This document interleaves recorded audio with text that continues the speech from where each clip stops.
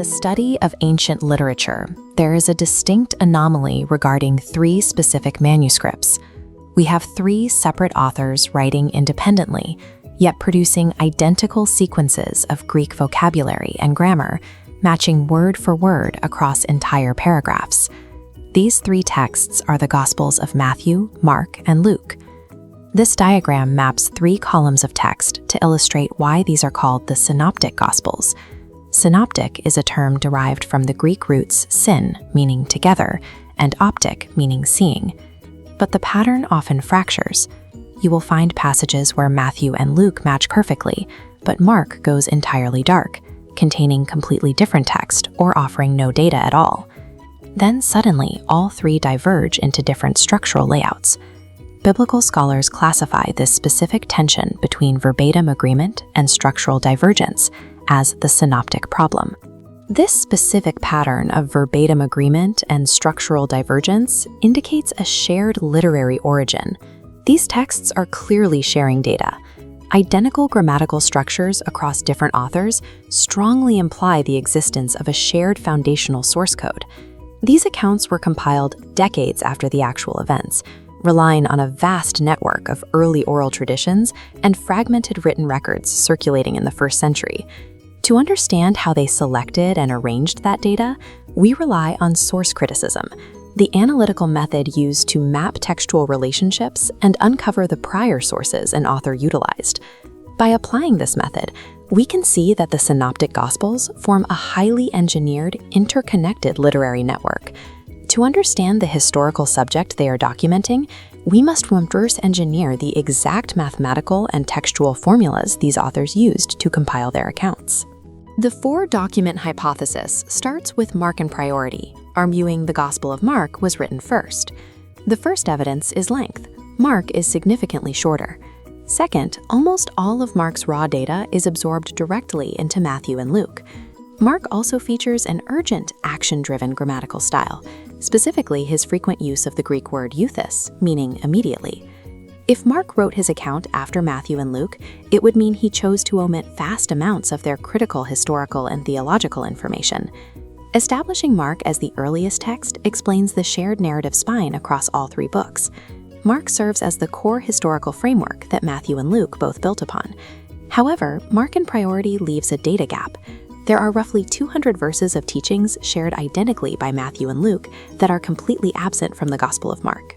This diagram introduces a second source document to explain that gap, called Q, from the German Quelle, meaning source.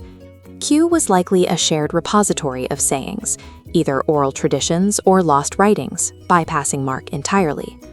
The existence of this Q source accounts for the verbatim textual agreements between Matthew and Luke in the specific areas where Mark provides zero data. Even with Mark and Q, we still find textual outliers. Matthew and Luke both contain unique historical data and specific parables found nowhere else in the biblical record.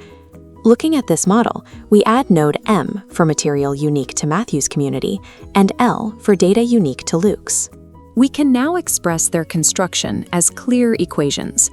Matthew equals Mark plus Q plus M. Luke equals Mark plus Q plus L.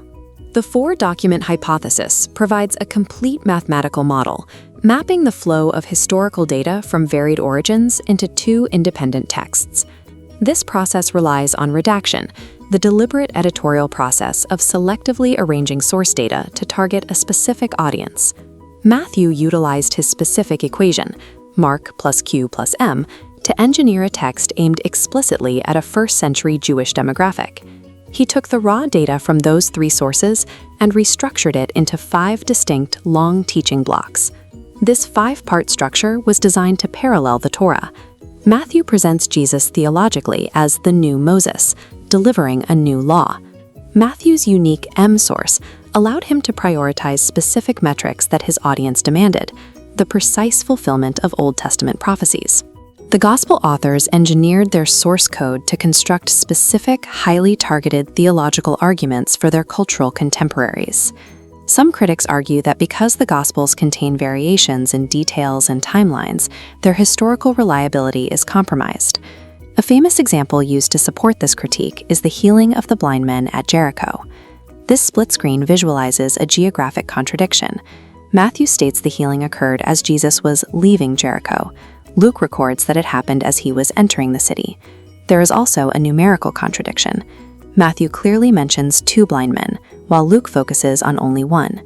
If you judge the synoptics strictly as modern chronological biographies, these variations appear to be errors that break the narrative. However, applying spatial and historical analysis resolves the conflict. This is the geographical reality of Jericho in the 1st century. There were actually 2 adjacent sites known as Jericho, the ruins of the Old City and the newly built Roman city. This map traces a path between the 2 locations. A person leaving the Old City would simultaneously be entering the new city. Both Matthew and Luke are geographically accurate based on their specific vantage point. The numerical discrepancy operates on the same logic. Luke isolates one specific blind man, perhaps the one who spoke, which does not logically preclude the presence of a second man recorded by Matthew. Because Matthew and Luke relied on independent sources, their accounts provide overlapping multi-angle forensic perspectives. The authors designed the Gospels as theological portraits, rather than exhaustive chronological modern biographies. Structural divergence is the expected result when 4 different authors engineer distinct theological frames for a single historical subject. The early church understood this architectural framework, representing these 4 distinct perspectives with 4 ancient symbols. Matthew is the lion, the Jewish king, and Mark is the ox, the servant. Luke is the man, presenting humanity to the Greeks, and John is the eagle, soaring above the narrative to present the divine Son. While John's Gospel operates outside the synoptic network, it completes this 4-fold perspectival view.